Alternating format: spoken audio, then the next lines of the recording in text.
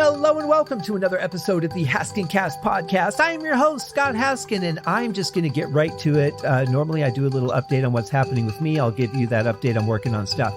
I am excited to bring on my first guest, or my guest this week, a fantastic director, a great person in the industry to know and pick his brain, which we're going to do today, John Reynolds. John, how are you doing today? I'm doing very well. Thank you. Thank you for taking some time out to talk to me. I know that things are happening. You got some projects going on right now, so I really appreciate it. Well, thank you very much. I appreciate it too. The most exciting thing is happening this Halloween weekend, actually. You've got, which this is going to air on Saturday before Halloween. And you guys, you and your wife, Deb, who's been a guest on the show before, are doing a really cool graveside thing. Why don't you tell us a little bit about that? Well, it's a fundraiser for the local museum, the Sedona Museum of Natural History, which has in it basically the history of Sedona, letters and all this. It's a wonderful place, a wonderful group of people. And so they do these fundraising situations every once in a while. And my wife and her partner, Sandra, who are the two Lucys, have teamed up with them, and we're doing Voices from the Grave. So there's going to be people who are buried in the cemetery who you're going to get to meet and hear a little bit of their history, about 8 minutes of it, actually. And Sedona and the surrounding area is no shortage of rich history.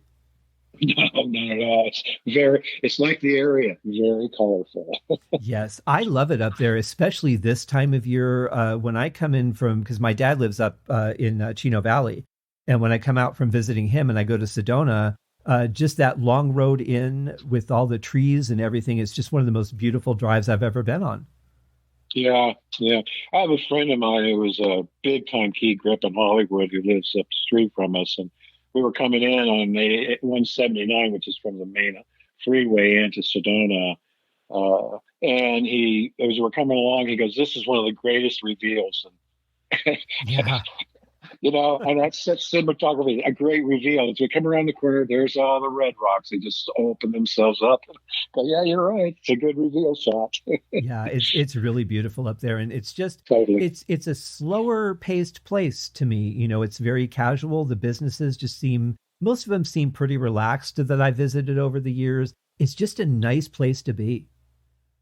It's an interesting place to be. It's very eclectic. Mm-hmm. In such a small town environment, which it is. I mean, Sedona itself doesn't have an awful lot of people in it, somewhere around 14,000.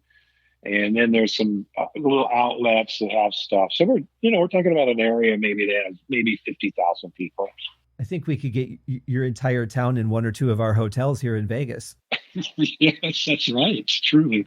And so there's people you cross paths with. That and people are separated, but you can't get anybody to drive 30 miles across 30 minutes to see a show because it's so far away. Right.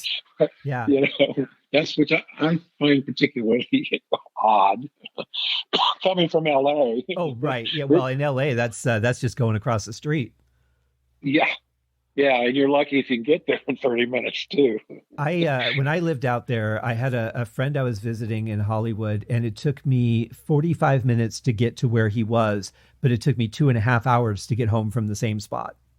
Yeah. I don't miss That's that. LA. Yeah, I don't miss that. No, I don't either. And I don't miss moving along 80 miles an hour in a moving parking lot on 405 or something. Yeah. I mean, it's just like packed in there, and everybody's just flowing down there 75, 80 miles an hour like we're getting home tonight. Mm-hmm. Yeah. Anyway. Do you miss being around the industry that directly, though? There's elements about it I certainly miss. Right now, for example, for years now, I had an acting coach that I used to study with, Harry Master George. He's famous, well-known drama coach. And if I lived there, if Harry still had his class, I'd go back to workshop in a heartbeat. I miss that stuff. I love the craft of theater, Mm-hmm. and I think the reason is because it's made a big influence in my life. It's taught me how to read, for example, how to break it down, because that's your job as a director or an actor. Is you got to break it down and put it all together. Why do these people do what they do? What's the purpose of this, and etc. So it's been a very good education for me, I think. And I also think that theater is the most important building structure in any community, in any metropolis, any farmland, anywhere in the world, because it's the only place where humanity, more specifically, gets to express itself. What do we want? What are we thinking? What are we afraid of? Where do we come from? Where are we going? Why do we do what we do? That's the voice of humanity speaking through theater. You don't get that in anywhere else. I would agree with that. And I think part of it too, and maybe I'm thinking along a different path, but I think part of it too is if you're watching television or you're in a theater watching a movie, the biggest difference is you're not there with the people. You feel a much stronger connection. You're in it with them when you're in theater. Yeah. Well, personally, now there are times that I see things, actors specifically, let me just say that. And of course, there has to be some structure in the scene to make it work the way it does. So there's a director and the script, the writer, and you get into all the details of the picture. But bottom line, there are times that I've seen performers on screen do such a good job that I was like in awe of them. The difference is most of them, they're like simple use actors. Mm-hmm. And on screen, it's simple use because you're not yelling. So you don't have to be exaggerated. You don't have to help people in the theater see things happen. If it's a big theater, pointing to something can be lost unless you make it big. And there's ways to do that. You're trained to do that stuff. So the thing about theater is you have to do that night after night after night. And of course, that's not possible. And that's the struggle for mastery of your craft. And there's no resets. You can't just shoot it again. Whatever happened, you got to roll with it. Yeah, you're not fixing it in the mix. Yeah, I hate that phrase. As an audio engineer, I hate that phrase. Yes. Well, are you able to say, go to the theater and watch a movie and just enjoy the movie? Or is there that part of you that's like, oh, that's an interesting angle they shot from, or I like the way they delivered that line of dialogue? Well, first of all, the reason why I liked the entertainment industry, specifically narrative theater, feature film, that kind of theater, specifically because I love it. I love the whole process, and I love a good story. And I can watch a movie like, for example, one comes to my mind right now, Risky Business. Mm-hmm. I watched that film and I watched it with my jaw open going, my God, that is so incredibly shot. It is so incredibly edited. It's so incredibly scripted. It is so incredible. I was in awe of it. And then I went, but it is so bad. It's so wrong. The message is wrong. It's bad. Mm-hmm. So I can see the craft of film and appreciate it for what it is, but that doesn't mean I'm going to walk away and go, you got to see that movie because it's great. Because I might go, I don't like the idea of saying you just got to say F it. Right. No, there's more responsibility in life than that. And so, and if you do hustle, you can get into the big universities.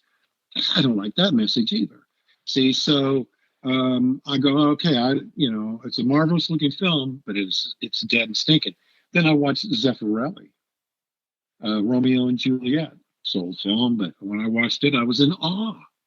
I was in awe of him as a director because he took advantage of the actress. She was so good. She lit it up. And he put her in all the best places on the screen. take advantage of that light. I was so like, wow, that's really good. And she was really good. That's why he did it. It's interesting that you bring this up, because I think a lot of times we just take the story and accept it because we're watching the movie and we don't really think about the message. I realized a couple of years ago, I was watching that film Christmas with the Cranks with Jamie Lee Curtis. And, it's fun. It's a fun movie. It's a Christmas movie, so it's lighthearted. But when I was about halfway through the movie, I realized the message was, let people bully you into doing what they want you to do instead of you living your own life. Mm-hmm. I can't watch that movie now. Mm-hmm. Yeah. Yeah. So the answer is that I can watch a movie and I really appreciate the whole thing about it. Right now, I can't stop watching these little action sequences that they take from movies and they put on like Facebook. And I'm in awe of them. And I'm in awe of them because of the way they're shot. The stuff they do, the cutting, it's I know for a fact they storyboard that stuff before they do it. Mm-hmm. There's no way you cannot not storyboard that stuff. They've been doing it for a long while. But the idea of storyboarding a movie is just not something you would do. It's a big thing for me. I think storyboarding is an awesome thing. I do it in a heartbeat. I think it's kind of a lost art, isn't it? I mean, that used to be a very common thing. Yeah, I think the thing about storyboarding for effects is economical, which is the whole point, isn't it? Yeah. So I think, I did a thing for ABC. Disney had just kind of purchased it, and it was a thing on the reservation. And I literally, as a director, I had to. It was an interesting experience, I got to say. But where was I going with this? The thing about it was that I don't remember where I'm going. I'm sorry. Oh, that's okay. If it comes to you, we'll come back to it. Okay. Are you able to watch movies that you've worked on and enjoy them, or do you kind of like, well, I spent enough time on that, I don't need to see it again? No, I have a hard time going back. Once I've watched it and I've mutilated myself over it, I don't go back and do it again. Well, it's not just the movie; it's all the memories associated with it for you. It's all of that, but there's choices that you make, see, and sometimes those choices come from pressures outside. And I operate on a philosophy that, first of all, every creative process that you endeavor on begins with a state of tumultuousness. And you have to just ride through that tumultuous period to get to the other side of it. And I liken it to starting at 6 o'clock and going to 12 o'clock. Your objective is to get to 12.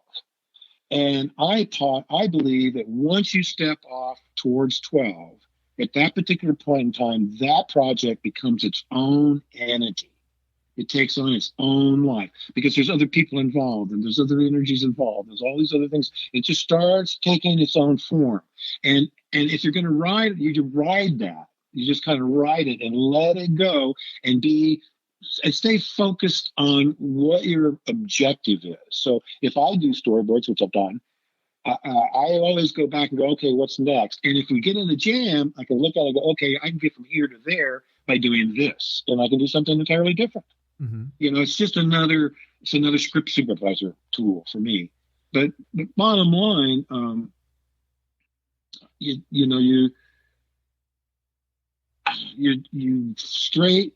focus on that and you don't force it to noon. You allow it to wiggle and come in at its own time. It could come in at 10, 11, 12, 1, 3. But wherever it comes in, I can guarantee you it's going to be better than it ever would have been if you forced it to 12. That's so true. And how many times have we heard some of the best scenes that have been filmed in movies are just, they were accidents, and they happened because the director let the film breathe while they were shooting it. Yeah.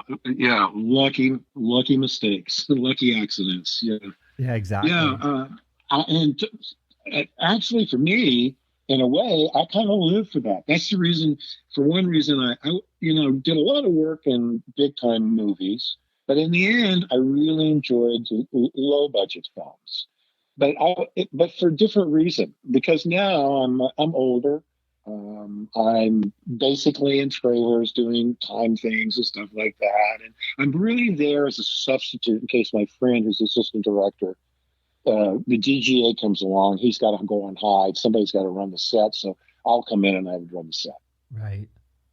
But the reason I liked it because the people who were doing it were busting their butts to do something that was against them in many ways, but they were young and they needed it and they wanted to get bigger and better. They wanted to get in the IA. They wanted to get in the big show. And so you could guarantee that if a problem came up, there could be a solving of that problem within a few minutes or so, and it would be better than the original idea. I've seen it happen so many times. I trust it emphatically. So that's one of the reasons why I can say, don't push it to 12. Let it go to 10. Let it go to 2. Mm-hmm. Let it go where it goes, but just keep it focused on what it's supposed to do. What are we doing here? I would imagine just keeping the schedule moving is a real challenge, because if you do have, things that slow your production down, you only have so much time on a certain set. You have to be at the next set at a certain time. That's got to be a lot of pressure, though. Yeah. Here's another one. I got first day of shooting. I get a call in my motel room from the producer. The unit production manager. He says, "John, come down to Alan's room. We need to cut 6 pages out of the script." Yeah, that's easy, right? Yeah.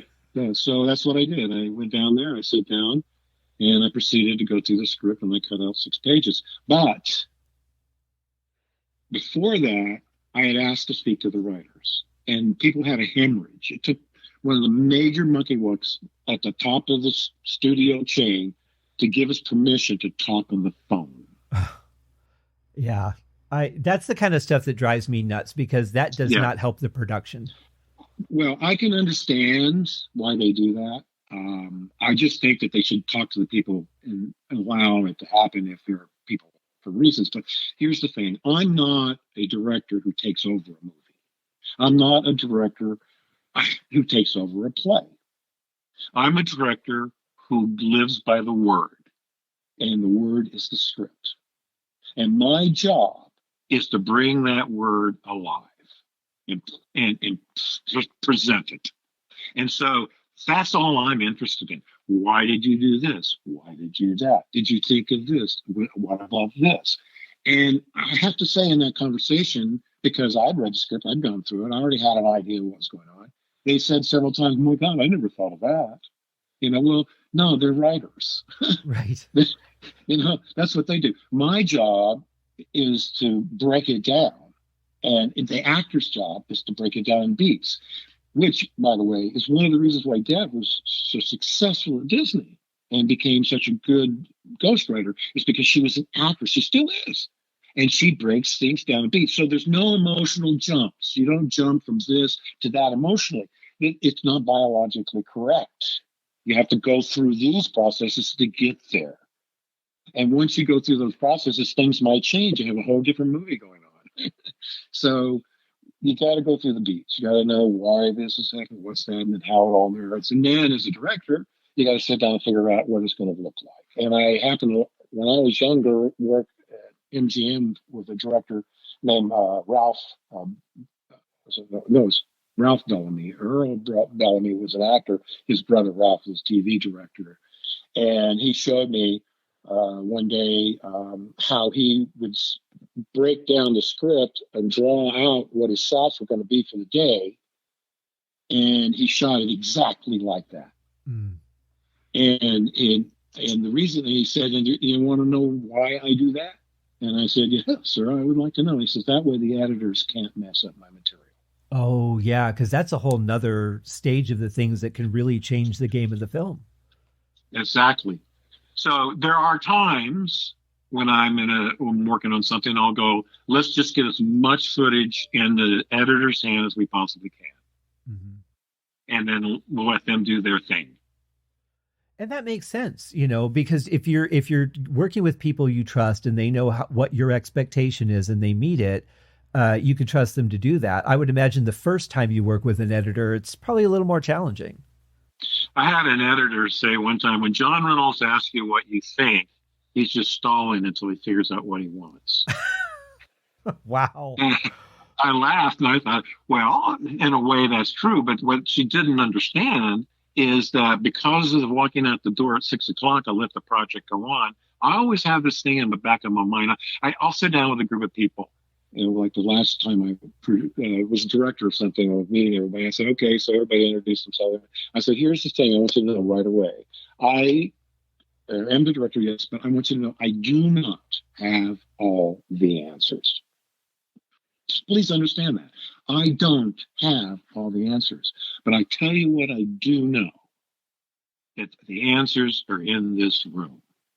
And I know that our project is going to be good because of that. Yeah. And that's the way I feel. Because I can say to somebody nearby, and it doesn't really make any difference. What do you think? Generally, there's someone involved in the conversation. And they'll say something and boom, the idea will just go boom, right in my mind. I go, okay, this is it. This is what we're going to do. And so, and it doesn't necessarily reflect exactly what they said either. But just the fact that I'm listening to them stimulate something in my mind, and all of a sudden the answer comes. And so, boom, that's what we do. And sometimes you have the exact answer. That's perfect. Let's do that. Mm-hmm. Well, and that group creative energy it makes a big difference. You can sit there in your office and you can work out everything. But when you're with that group of people, that's where new ideas form.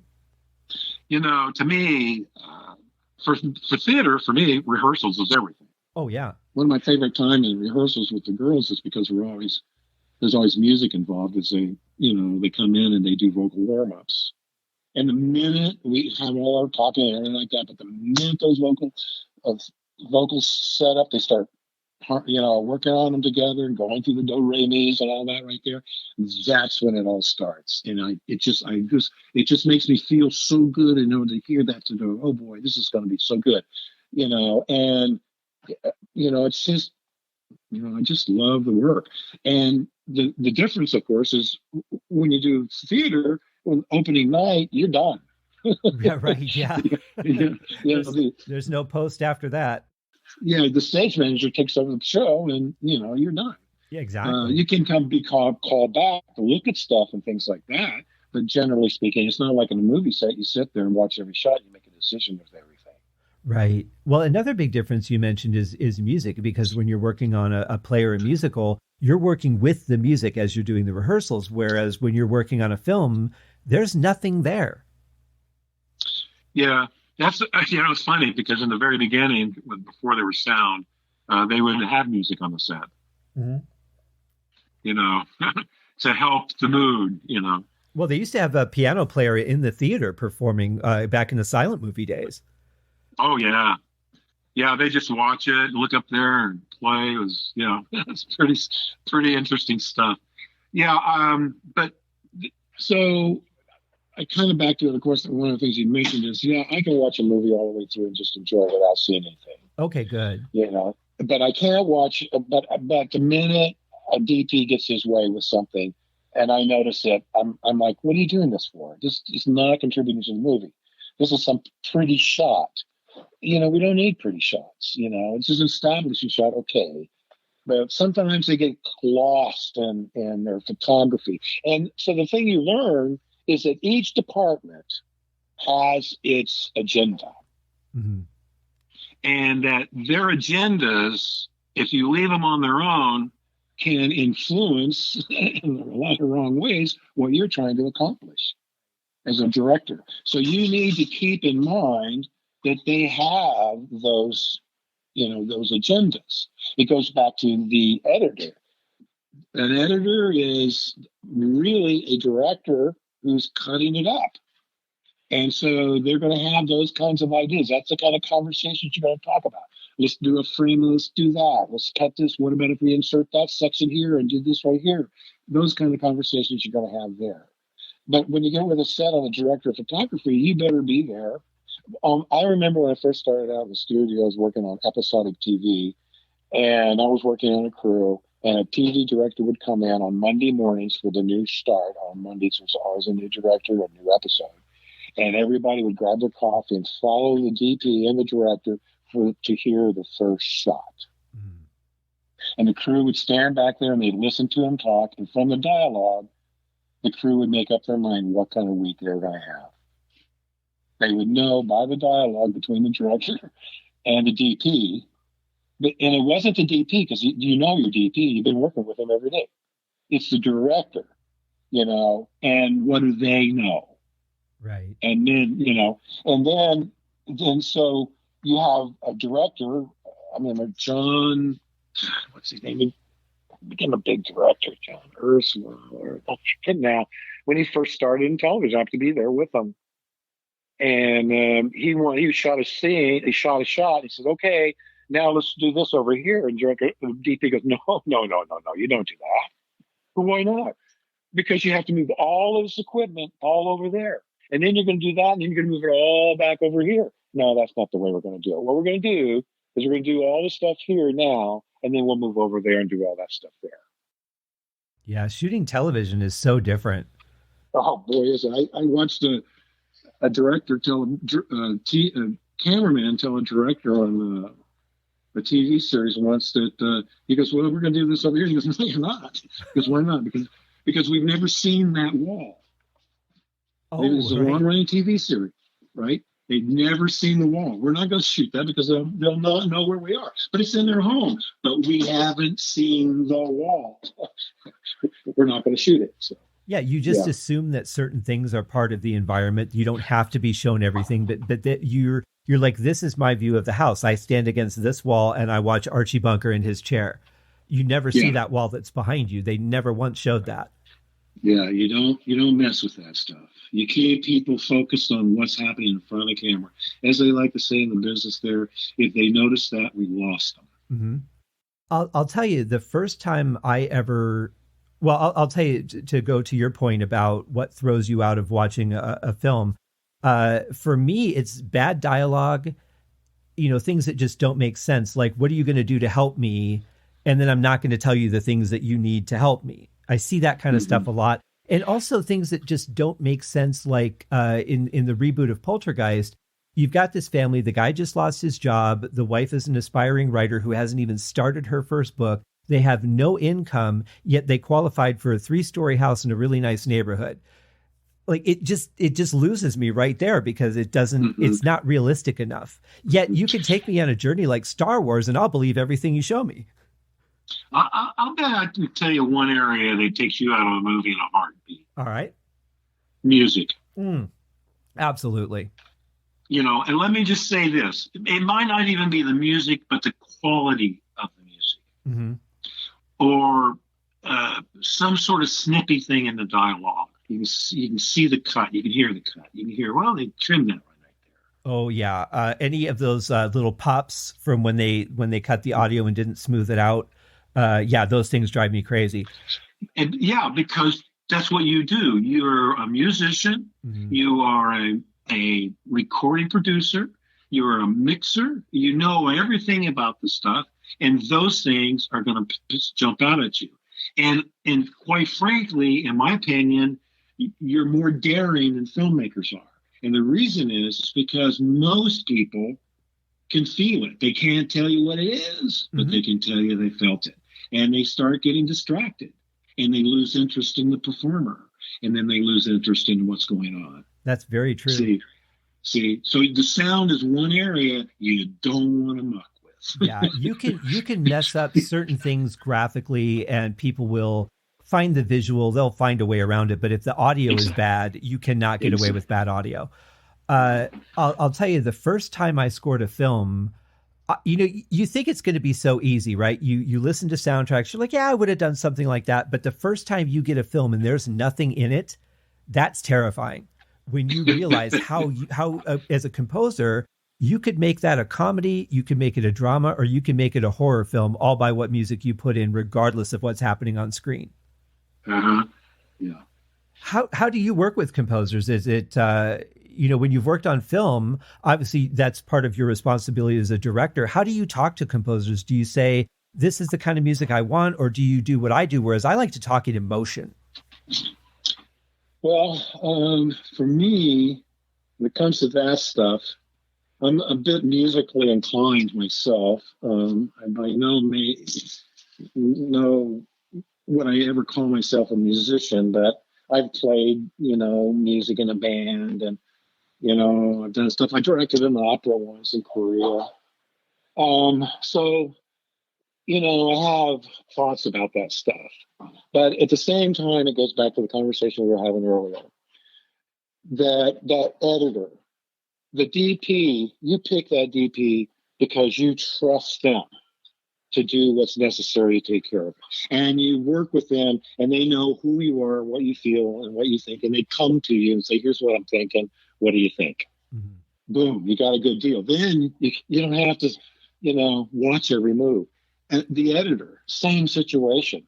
Here's all the material. Get a first cut. Call me when you do. Sit down and take a look. Mm-hmm. And then there's other directors that'll sit there in the editing bay for days while they do it. I know. To me, it's insulting, first of all. Yeah. And it shows a lack of trust in the people, your crew. A pirate has to have trust in his crew or he's a dead man. Yeah. You're basically saying I hired you because I have to have a body in that chair. Yeah. I'm hiring you because I believe, first of all, you know what you're doing, and that the things you're going to bring to it are going to help me make choices that are going to be best for the project. Absolutely. I have one more question for you before we get into a couple of the projects that you've done. What is your feeling on how much is the actor's performance a responsibility of the director versus a responsibility of the actor? Because I see, actors get awards for their performances, whereas the director might not get an award for directing a film, yet they directed that performance. How does that fit together for you? It really depends on the actor. Frankly, every one of the actors I work with, I have a different relationship with. It's a different kind of thing. And I am a person who wants them to find it. I know what it should feel like. I know where we want to go with it. I have a real good sense of it. And I want them to find it and to feel that feeling that I have inside. And so sometimes I'm manipulative. And what I do is I just do a lot of questioning and stuff like that. So the actor really, in my mind, is crafting their performance. Now, if I have somebody that doesn't know the craft, I have to put more weight into, more time and energy, and be more focused on. That's a little different. But I have too much respect for the craft of acting to say, well, if it wasn't for me, who would they be? Right. Yeah. No, not at all. It's a team effort. And that's to me, the beauty of theater, whether it's film, television, or stage, it's teamwork. You're working with a whole group of people. The most perfect form of theater, in my personal opinion, is the musical. Because it's got the highest quality people in every department that puts that show up. And it's, now, is the material going to play or not? That's the muses, as far as I'm concerned. But the production and the quality of people who put into it, to me, they're the highest of craftsmen. And I guess, in a way, you'd have to say that about, special effects films, and that, I guess, in a way. Yeah.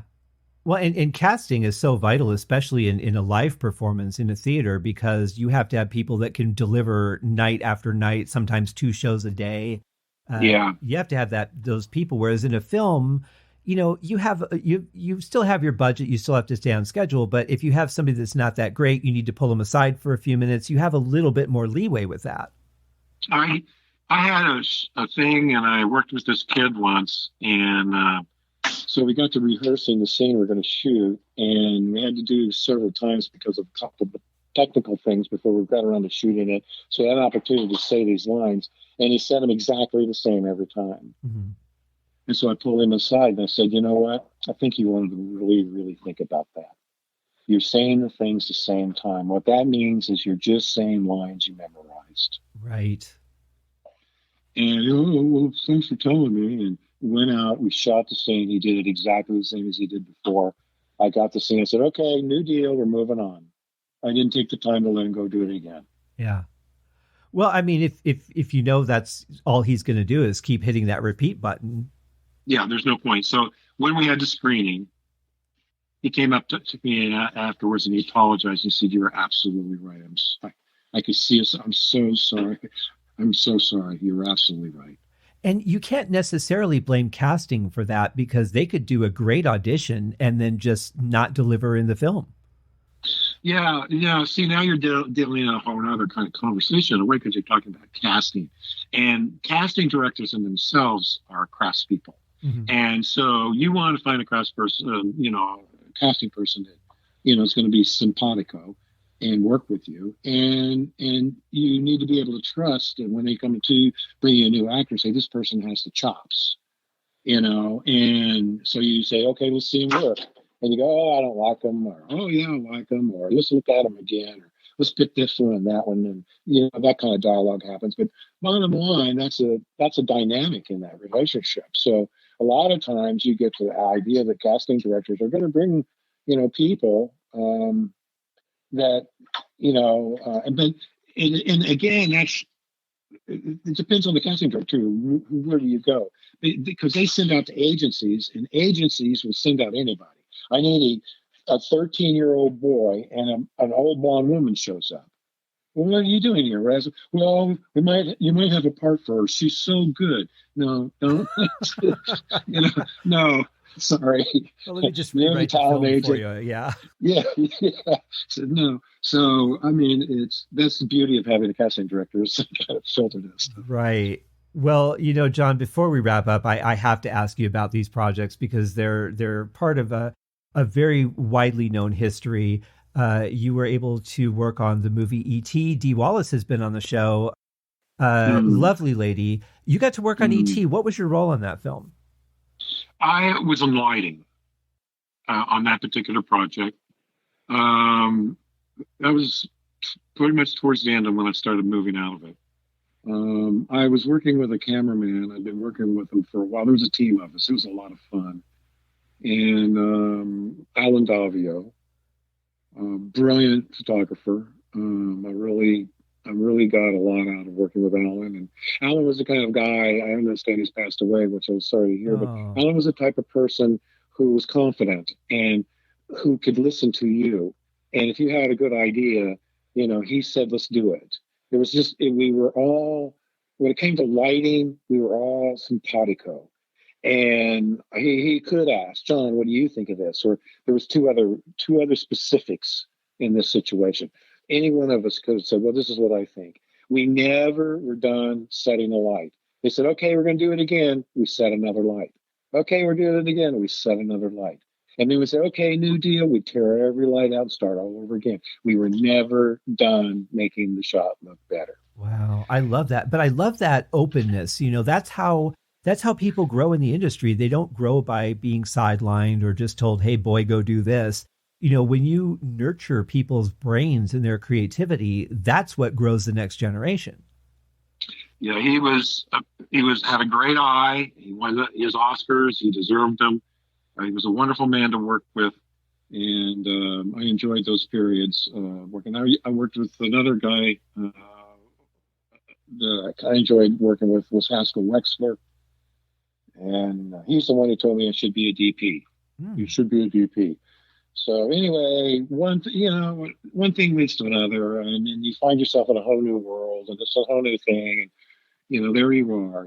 One time I was going to theatrical college, and at that time I could go to any recording studio in Hollywood I wanted to go. I could go backstage at any concert I wanted to go. I worked for a radio station in Los Angeles for a while. For me, it was, that kind of thing. And my friend Robin, one day, we were down in Phoenix doing a commercial. And since we're old timers now, The young guys are in there and they're firing away, and we're back. We're finger pointers at this point. Mm-hmm. And he says to me, John, you know what? I go, what? He goes, I'm bumbling my way out of this business exactly the way I bumbled my way into it. And I laughed. I thought that was so funny because it's true. Yeah. It's true. Yeah. I will say the lighting, especially in E.T. with the effects, were so important because, just thinking about the way the ship was lit, the lighting when the door opens. I mean, there were so many powerful lighting moments in that film. But truth or rumor, were you the one that figured out how to make his finger light up? No. That story stems from the heart beat. Because you remember, you can see his heartbeat. Right.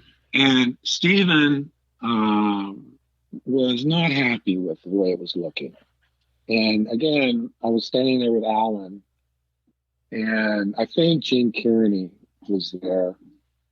Or it was a puppet master.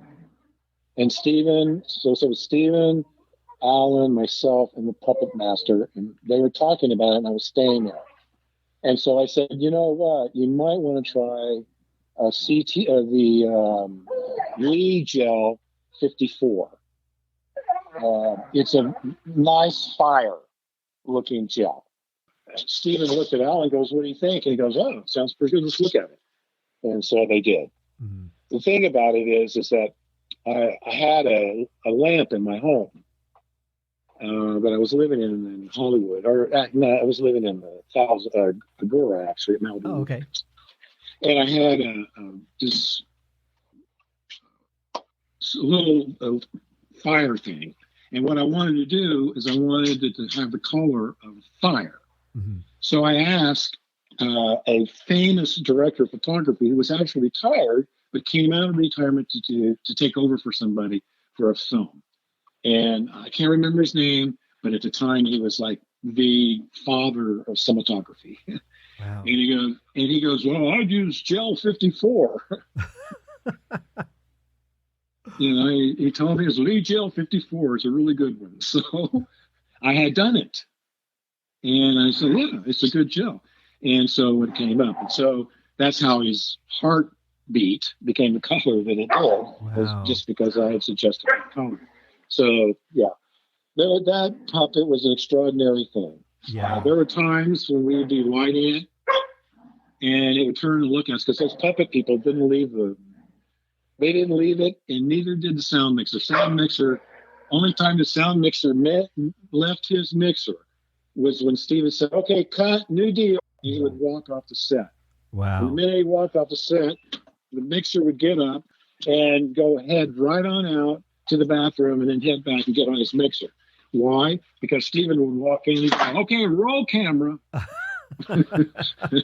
Well, you got to respect people that are ready to do their job. Well, it took me a while, honestly. At first it was frustrating. I go, let the guys do their job. And then I realized, wait a minute. They could do their job forever. Look at me. I'm never done. Mm-hmm. Until you say new deal, I'm going to keep on chucking. And that's what they're doing. You don't hire the best. They're not the best for any, they're the best because that's what they do. They give 125%. Exactly. It's just what they do. And I went, okay, the people are not going to notice that. They're not going to notice the decorating in the back. They're not going to notice this. They're not going to notice that. They're going to, if you notice that, you lost them. It's what's in front of you that they're paying attention to. And to Steven's credit, hey, he was right. I agree with him. And there's lots of things I didn't like about Steven, but that wasn't one of them. Did you guys know at any point, did you kind of look at each other and say, this film's going to be big? Yeah, I went home and told my wife at that time, this picture is going to be big. Yeah. It's going to be a big box office thing. I'm going to jump on you here for a moment. I did a film once, a short film. I won a Semi-Golden Eagle, and I almost got nominated for an Oscar on it. But anyway, I was trying to hawk it for a 60-minute piece or feature. And I was at a Warner Brothers talking to an executive over there. Young guy with no socks on, his loafers with his feet on his desk. And the piece I did was a ecology piece told from a Native American perspective. So what I learned is that it becomes an Indian movie. No, it's not an Indian movie. It's a movie. Okay, never mind. Anyway, we used a lot of the animals that Dances with Wolves were using. Same animal person. Steve, it'll come to me. Anyway, and he and I were good friends because we'd worked together on several things, so I knew him really well. Yeah. And that's the reason why I had access to his animals. And we used the wolf, Terry the wolf, and lots of stuff. Anyway, so I heard lots of reports about the film and things like that. So this guy, he says, oh, Kevin Costner's doing an Indian movie. I go, yeah, I know about that. He goes, well, I really hope it's going to be successful. I said, you want to know what I think? He goes, yeah, what do you think? I said, I think it's going to be the biggest motion picture of the year. Mm. He jumped up. I mean, his feet lifted Bessie. He said, why you do? I go, yeah. You want to know why? He goes, yeah. I said, when you go to the bookstore, do you ever, do you ever ask the people who sell the books what people are reading? I mean, you just don't walk in there and take off the top 10 from New York and go, I'm going to make a movie out of this. Do you ever talk to the people who are selling the books? Ask them. Because if you do, what they're going to tell you, and this was true at the time, is they're buying Native American mythology. Mm. And they're buying American Native mythology because they have no mythology of their own. Native Americans have a mythology in the dirt. Most people here don't. True. And that's important to you. It's just important organically to you. Mm-hmm. And so people are reading up on it. They're identifying with it. And he goes, well, I hope you're successful. It was so successful it knocked mine out of being able to be nominated for an Oscar for short film. Wow. Because they didn't want to play favorites. They didn't want to look like they were playing favorites to end in movies. Mm-hmm.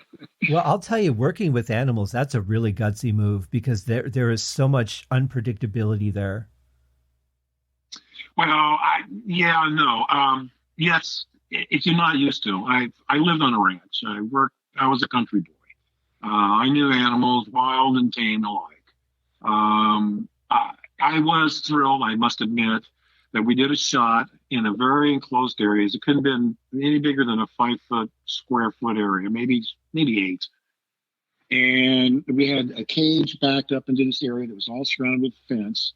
The camera was outside of it, and myself and Steve Martin, the animal trainer, were inside the cage, and they let the wolves in there. And so everybody was protected but Steve Martin and myself, and we were in there with these wolves. Mm-hmm. And I never encountered a wolf in my life until I worked with Steve. And I was so struck by their brilliance. They are so incredibly smart. You can't get a wolf to do 2 tricks twice.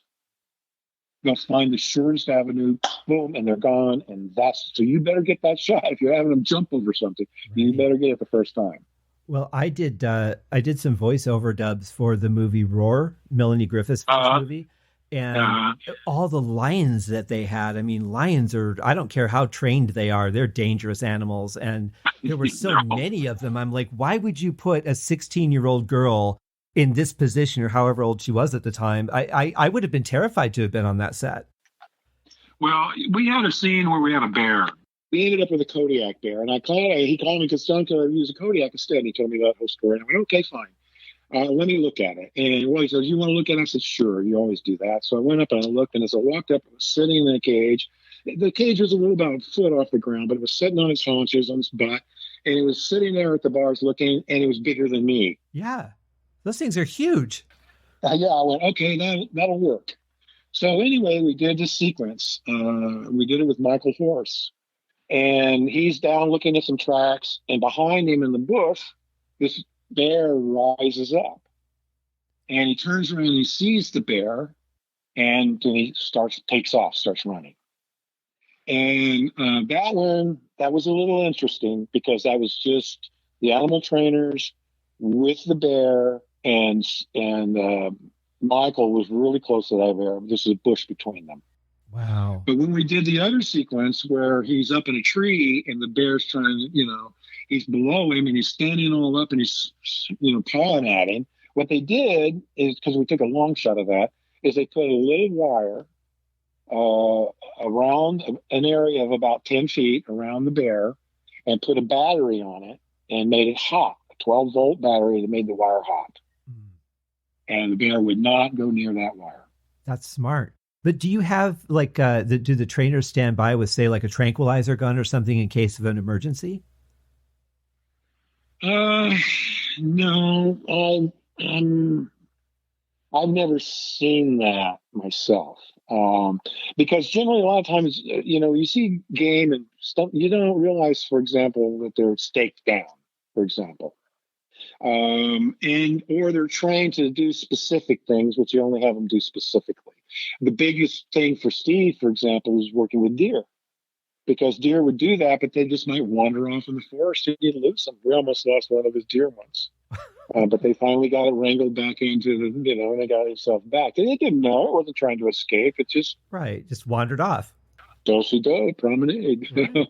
And so, yeah. But no, I've had cats that I've had tranquilized because of sequences that I was doing. I had Michael in a cave with a mountain lion, but he was staked. Right. So there are these safety things that take place. They're just a part of the way business goes. So they take time out of your day. You have to calculate that time. You, as a first assistant director, your responsibility on set is getting the day's shots done in the can on schedule. Well, I have taken up so much of your time, and I hate to do this, but I've got to ask you about Jaws. It's one of my all-time favorite movies. I have seen, as far as I know, I've seen every documentary on this movie, and they really play up how intense the shooting was because of the actors going on strike and the budget and everything. Was it really as crazy as they make it out to be? Well, first of all, understand, I did not work on that movie. Oh, you didn't? No, at that time, I was working on Towering Inferno. Oh, wow. But the movie business is an industry. It's a community. It's like a town. News travels fast. And you get on a show with people and they go, I just finished working on this. I just finished this. I just finished that. And, but here's an element of it that people don't recognize. Steven got a budget to do the movie, and he got into doing the movie, and he came to a conclusion that what was going to happen was because of the problems they were having, they were going to shelf the film. Mm-hmm. So he went over budget intentionally. In fact, when he did E.T., he did it with his own money because nobody would give him the money to do it because he was always over budget. But he was always over budget because they had put so much money in it, they had to release it. Yeah, it's a catch-22. That's, I think, frankly, a lot of the stuff boils down to that. Now, Close Encounters of the Third Kind was different because he had major directors of cinematography working with him. And they are a card to draw. I mean, it's a wild world out there with those people. And they are strong-headed. And you do have to have a ring in their nose or they'll run right over you, especially the ones that got all the credits and stuff. So, they're their own animal that you have to deal with. And so Steven was so frustrated with that he wouldn't work with them again. That's the reason why Alan Davio shot E.T. Interesting. Alan Davio had gone to college with Steven and shot Amlin, his short film that he did. Mm-hmm. And then Alan went on to do commercials, which is where I bumped into Alan. And we did a lot of nationals commercials. And then because Steven needed a DP for ET, he called Alan. And so that's how we got there. And we did a few projects with Steven to the point that Alan didn't want to work with him anymore.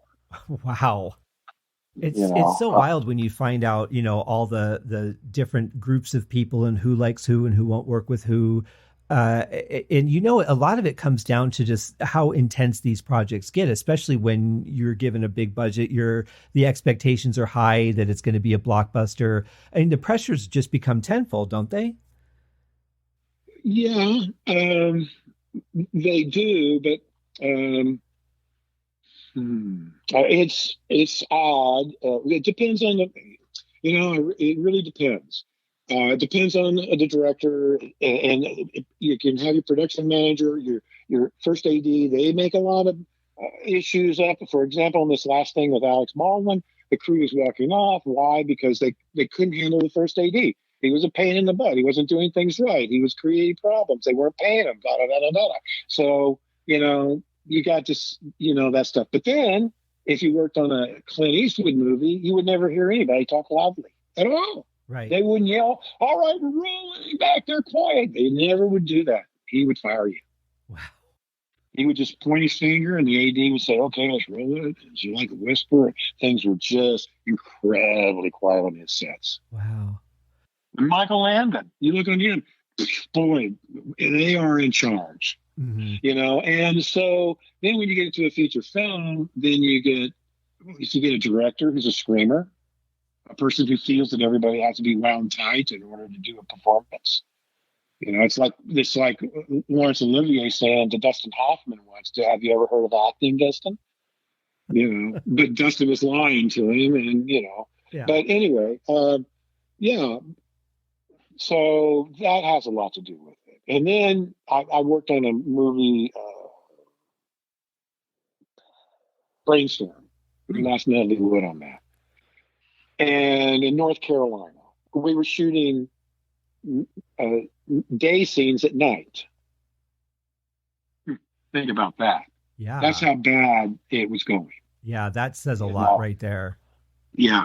And so it really depends. It depends on the actors, it depends on the money. Because sometimes John Barrymore, Drew Barrymore's great grandfather, said once, if they have you do a scene with a horse, demand a 3-legged horse. And the reason he said it was because you needed to pay attention to them. You need them to pay attention to you, or they'll walk right over you. Don't let them do that. Yeah. And then there's the really oddball situation like Gladiator, where they started shooting the film with only 18 pages of script. Yeah, I could see that. That came out to be a fantastic movie. I don't know if that's luck or genius or what that is, but they pulled it off. I don't think it's not really either one of them, actually. It's though it's a little bit of both. But I mean, when you get professional people to do a job professionally, they know a way. And the great thing about the movie business is you're solving a new problem every 15 minutes. You're constantly finding obstacles you have to work over. So you get used to jumping over things and doing this and doing that because you got to do it in order to get this done and stuff like that. So those decisions are made fast. Why? Because time is money and you need to get your day's work done. And so everybody's on that beat and everybody's working for that thing. So everybody's working on one focused thing. Now you have the best in the business working on all those departments. Right. You have good coordinators. It can be done. And also, I don't know, but I'd be willing to bet you there's some storyboarding went into that one. That would not surprise me. Even just thinking, though, from like a costuming perspective, the amount of, suits of armor they had to have, the weaponry, it seems like that would be needed months in advance. Oh, the sets. Some of those sets, they were all constructed. Yeah. They went to countries where they could find pieces of it and put it all together, but that's a lot of labor. That's a lot of time. They were ahead of it. Yeah, exactly. No doubt about it. That's again goes back to the reasons why storyboarding is so good. Because in England they do that, and you go in the morning and television is right there on the wall. The whole storyboard for the whole day is, and so as you're a prop master, you can go and look at a frame and go, okay, I need this, this, and this. As a costumer, we're going to need you to do this. For the makeup, this person's in this scene, and this person's in this scene. We need to get this and this together, etc. Yeah. So everybody knows it. Yeah, they know ahead. It's not like, in Hollywood, we do this call sheets thing, and I can look at a call sheet, and I had a friend come and visit once, and he had another guy with him, and they knew that I had worked in the business, and they were talking about Texas Walker, anyway, that Norris thing they were doing in Dallas. Yeah. Mm-hmm. Yeah, so they had a call sheet with them, and the guy goes, "Well, yeah, I know you took a call sheet." And I go, "Can I see it?" And he goes, "Yeah." And I looked at it, and I learned everything I wanted to know.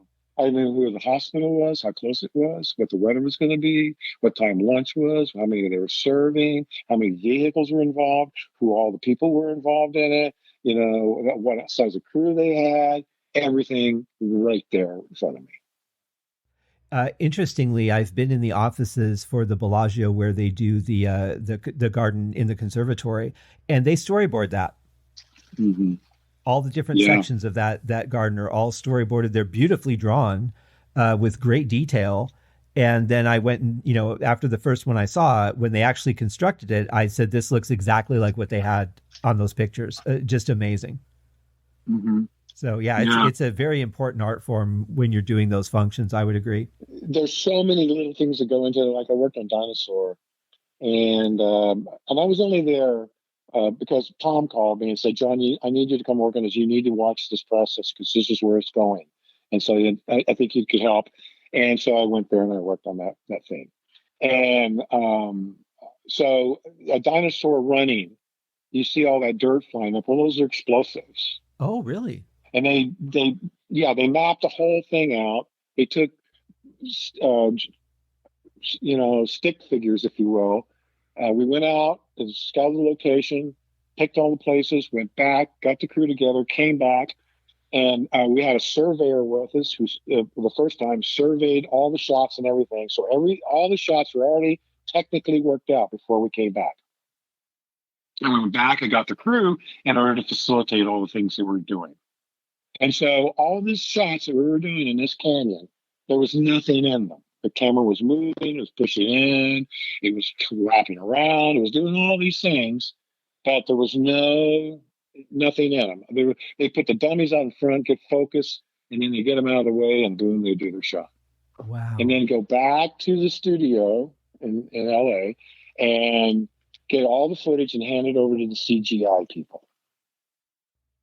And then the CGI people would take all those things and they would put them together, and voila, you got a motion picture. It's amazing, isn't it? Yeah. Interestingly, just before we wrap up here, because I can feel that one, Steven Spielerg did a all CGI movie. And they asked him what he thought. And he said, if I could do all my movies this way, this is the way I would do them. Really? Yeah. And I had to laugh. Why? Total control. See, I would think he would be a director that wants practical effects, that he wants that realism in it.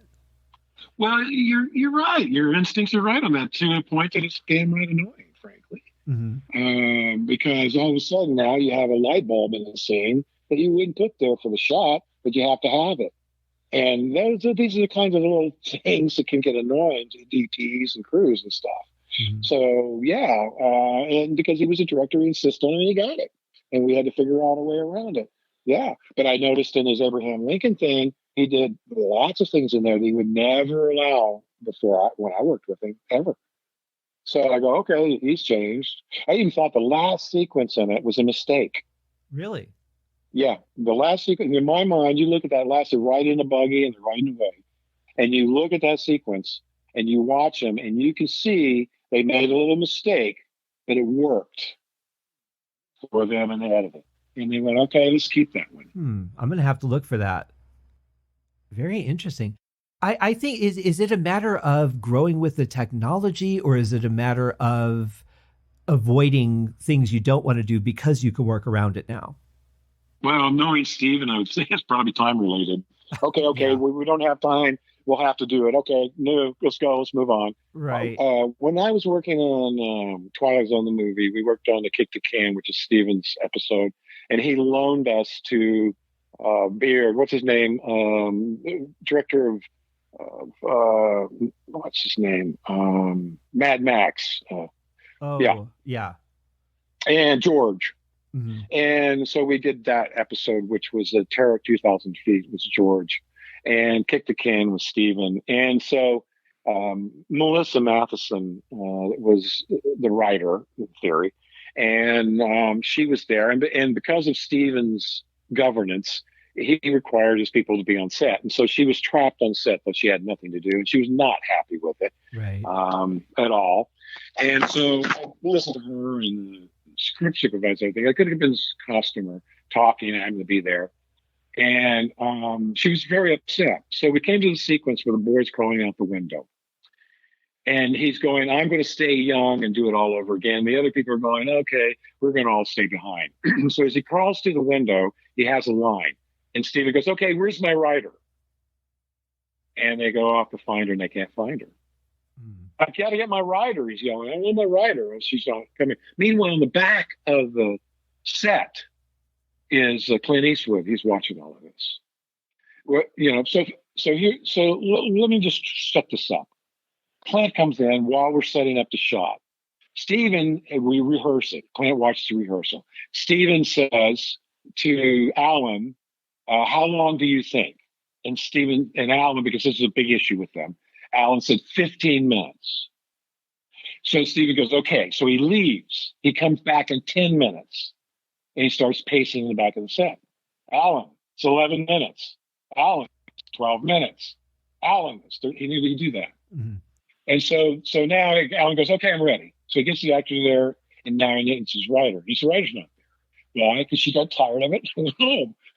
Screw him. She doesn't have to be there. And he can scream all he wants. It's not going to make any difference. So he finally turns to the actor and he goes, say this. And the actor says it. We get the take. He goes, that was good. Let's go. We're done. He knew all the time what he wanted. Yeah. But he wanted her to come out and do it because he was paying her to do that. Oh, I see. That's all. And so that kind of thing is what bothers crews. Yeah. That's just wasteful. There's no respect for the people that you have. So as to when I watched Lincoln, because I wanted to watch the actor, I noticed things in it. I went, my God, what happened? Steven allowed that? No, he did. And I said, oh, okay. So I don't know what happened. I don't know why that was, but knowing him in my mind, it was easier for him some way. So I don't know. Since you brought it up, I want to ask you, I thought it was interesting that they redid the Terror at 12,000 Feet because that was such a classic Twilight Zone episode. It seemed that could be kind of risky. That could be one of those things that people love or they hate the fact that that was done in the movie. Was there any scuttlebutt about not doing that? No, not that I'm aware of. No, and we had John Lithgow too. Yeah. Yeah, he did a great job. I like him. He's a really fun guy. Mm-hmm. He's fast. He's quick. He's great sense of humor. Very proficient at his. There's a sequence where he goes into the bathroom and he's panicking, and he looks in the mirror and he's waving because that's what he's thinking. He's just going out of his mind. So I had put all the stuff in there the day before, and the second camera was in there. The camera was in there, and they were shooting a test. So I'm in there, and they said, "Would you mind acting?" And I could just sort of, "I think you're throwing up." He yelled at me, so I said I did. And so anyway, the next day, he and I are saying, these two kinds of things don't relate, but they do in a way.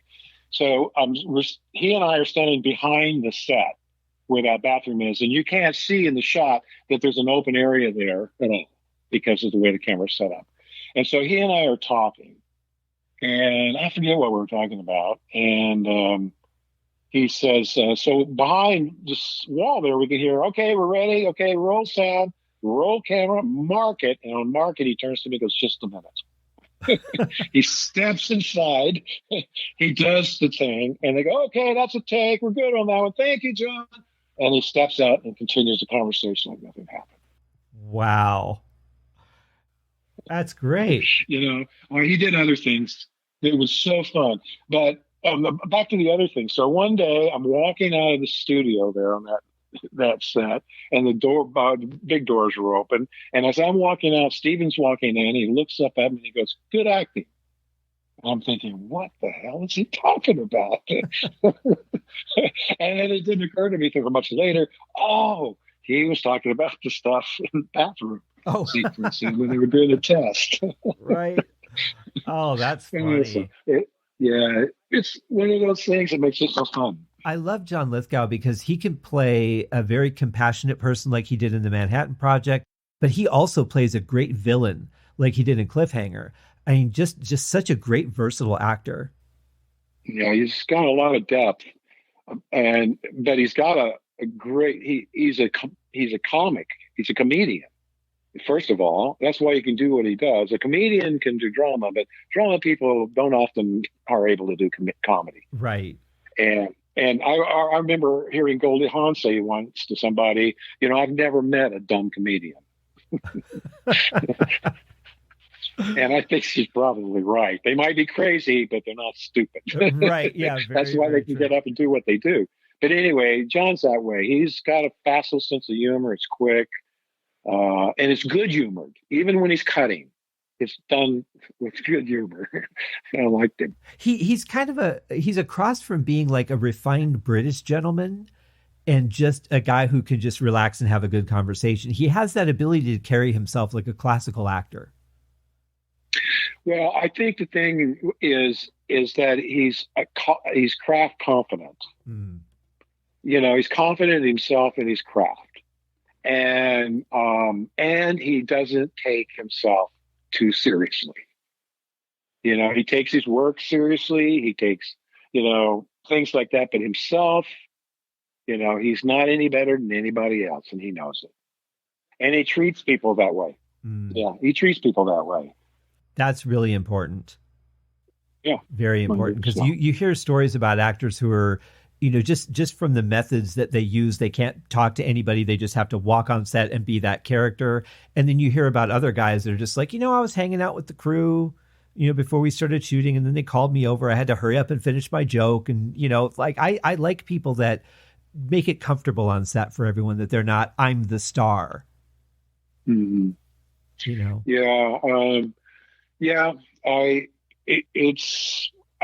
think that particular situation has to do with the ability, the sense of security. Mm-hmm. If you're an insecure person and you have a lot of fear, then those are the ways that people behave, and those are kind of things that I like to try to avoid. And the interesting thing is there's so many really righteously good human beings who work in the motion picture business. And then there are those. And they get all the press. Right, because they're interesting. Yeah. Well, yeah, they're bigger than life. But you don't hear about, and even with actors, a lot of times, you don't appreciate, what kind of person they really are, because you have this idea of who they are. I was married once to a film actress, and she had been quite famous at one point in time. And we'd be somewhere, and somebody goes, "Do I know you from something? What high school did you go to?" Because it had been some time since she'd worked, so they weren't sure, but they recognized, but they weren't sure where it was. So it must have been something local. And I always laughed at that. I always thought, isn't that funny how that works? Yeah. When you go out, everybody knows your name, and then all of a sudden, when they get, did you go to high school or something? They can't place. How does that feel? Oh, yeah, that's an insult, right? Yeah, almost. It's like sobering, really. It's humiliating. It's humbling, frankly. Well, it is, but when you see people outside of the element that you recognize them from, like when I have worked in office jobs and I happen to be out for dinner and I see one of my coworkers at the same restaurant, I'm trying to remember where I know them from, because it's not in context, and it takes me a minute sometimes. But you don't think you're going to meet these people in real life. I used to, there was a place in Agora there called the Old Place, and a guy named Tom Runyon used to run that place, and there was lots of celebrities who used to come in there a lot. And I knew Jason Robards from there, and Steve McQueen, Ali McGraw. She worked behind the bar some. But I never ever worked with Steve McQueen on anything. I just knew him from there, and I didn't really talk to him a lot. I had my own thing. So they have theirs, I have mine. So I leave that stuff alone. Unless they know me, I know them, I don't bother them. Yeah. So anyway, I was late. So one of the only times I've been late to a set. And I was rushing. It was up 26th Fox. There was this big open area there. And I was rushing across. And here comes some guy with a big, long beard. I mean, really long and kind of long hair.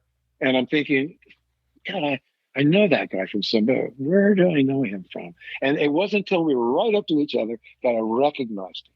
And I started laughing at myself for doing the same thing that other people do all the time, because I didn't recognize him. Why? Because at the old place, he's just Steve. There he had a long beard. He was doing Enemy of the People, I think, at the time. Oh, right. Yeah. Yeah. And he looked at me like, "What the hell is your thing?" And I didn't stop. I was in a rush, and he didn't stop me. Right. But, Yeah. and I'll never forget that. But that's show business. It is. It's an interesting thing because celebrities have always been like almost like they're kept in a different building and they're not allowed to come out and mingle with the public until they have to do a press tour or whatever. And people think I'll never meet these people. And when they bump into them randomly somewhere, it's just there's that part of the brain that says it can't be that person. There's no way that I would just randomly bump into whoever it is. So there is that moment of denial, I think, that goes on with a lot of people. For me, I've never been a person that's been, big on hobnobbing with celebrities per se. I like to thank the people who have entertained me, who have given me some kind of influence in my career, whether it be as a musician or as a writer, to be able to say thank you for everything that you've given me. That's a big deal to me. But I understand, celebrityism. I think it's just taken very far in this country. Mm-hmm. Yeah. And I also think that one of the things about celebrities is the reason why they're so close friends and they have such a cliquey kind of thing is because they're safe. Fans can be extraordinarily dangerous, in my own personal experience with it. And my own personal feeling is the more intelligent they are, the more dangerous they are. Oh, wow. I'm going to start acting really stupid from now on. Well, no, yeah, I mean, you can tell. But the thing is, an intelligent, a smarter fan, they're a fan for a reason, and they want to get in good. So they start doing what they do, what all fans do, but they're just more clever at it. And they have a more subtle way of being, and they can work themselves into your life, and they can create disturbances. Yeah. I've been through that one myself, so I understand it. Yeah, that's very true. But I think that people tend to look at the character and think that the actor is that character. Yeah, that's true. And that's where it goes wrong. What's the actor's name that was in Airplane? That handsome Leslie Nielsen? No, there's a young star, the other guy. Played Robert. He and I were sitting next to each other in a bar on Santa Monica Boulevard once. I just happened to be sitting with him, and we were talking. And I had a jacket on. It was a really nice football-like jacket, but it was from a dojo for Taekwondo, where I was studying Taekwondo. Mm-hmm. And so we were talking a while, and he looks at me and goes, "Can I ask you a question?" I go, "Yeah, sure." He goes, "Do you feel safe wearing that thing?" And I go, "What do you mean?" He goes, "Oh, I mean, like, that's almost like an invitation to get tried, to be tested." And I thought about it, and I realized that I'd had another experience where I was working on a show downtown, and an LA police officer gave me one of their LAPD hats, baseball caps, which I wore baseball caps all the time. And so I wore this one to Oregon, actually. But one day I was out with my then wife and our son, and there was a little circus thing, one of those little carnival things in a parking lot. So we decided to take the boy over there and do that.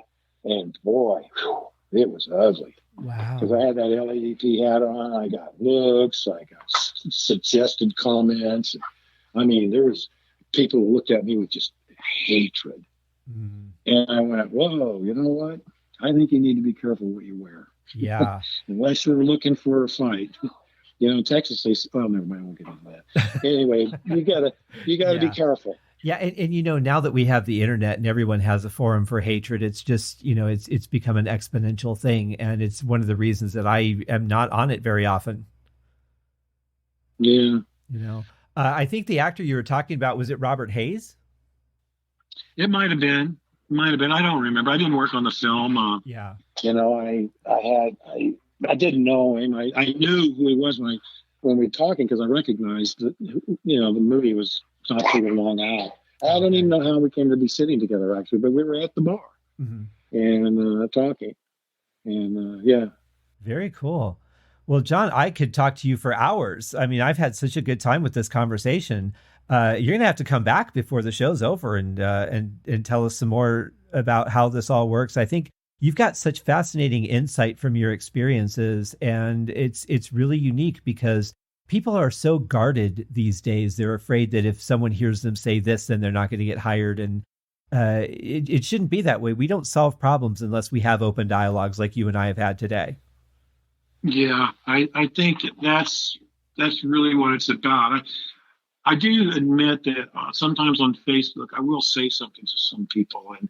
And bottom line, my position is, you know, if somebody says, you know, the government is against us, I go, excuse me, 6.5 million people make their living working for the federal government. Mm-hmm. What about the millions of people that work for the state government? Then you have your local government. Exactly what people are you talking about here? Right. Yeah, it's such a broad thing to say the government, because that exactly it's not possible that the government could do that. Yeah, and then I point out, you know, you're talking about the politicians, and when you talk about the politicians, they were elected to office. So when you talk about that, then you have to take responsibility because you have a vote. Right. So if you're going to blame somebody for the way things are, you need to start blaming yourself and others around you, because you're not doing your job. We're not doing our job. But it's almost like people just want to be angry, and politics is such a great forum for that, you know. But people have conversations where they just speak and they listen until they hear something they don't like, and then they stop listening and start working on their rebuttal, while the person that's talking to them thinks that they're still listening, and we don't have communication anymore. Yeah, there's a term for that. It's called already listening. It's a term that's coined by Landmark, which it's got a long history. It used to be est in the beginning. But already listening. That's the thing they warn you about. Don't already listen. Listen to what's being said, then form a thought. Right. Not coming up with an answer. Well, yeah. I mean, I can't convince you of my point if I don't understand where you're coming from. Yeah. And we don't do that, you know.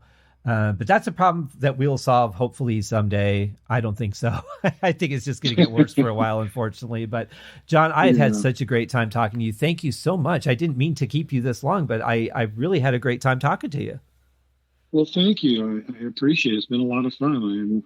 I've enjoyed it because we've covered so many different things. I like that. Yeah, we really have. Well, you'll have to come back and come on the show again. I'd like to have Dev back on too. She was such a great guest. She was on episode 50. Yours will be, I think, 192. Wow. And we're doing 300 on this show. So we got a ways to go yet. Great. Okay. I look forward to it. All right. Well, you take care, my friend. We'll talk again soon. Have a great time Saturday night with Voices from the Grave. If you guys are hearing this and you're in Sedona, get down there and check it out. Thank you. Good night, and thank you. Take care, John. Bye-bye. Yeah.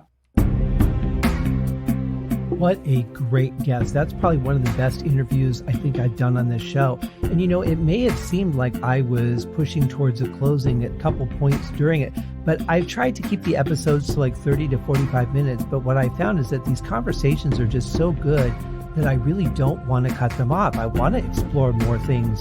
You know, I want to dig deep into some of these conversations and topics, and I'm really glad that we kept going. I certainly appreciate John's time. I tried to be respectful of my guests, but there was just so much to talk about.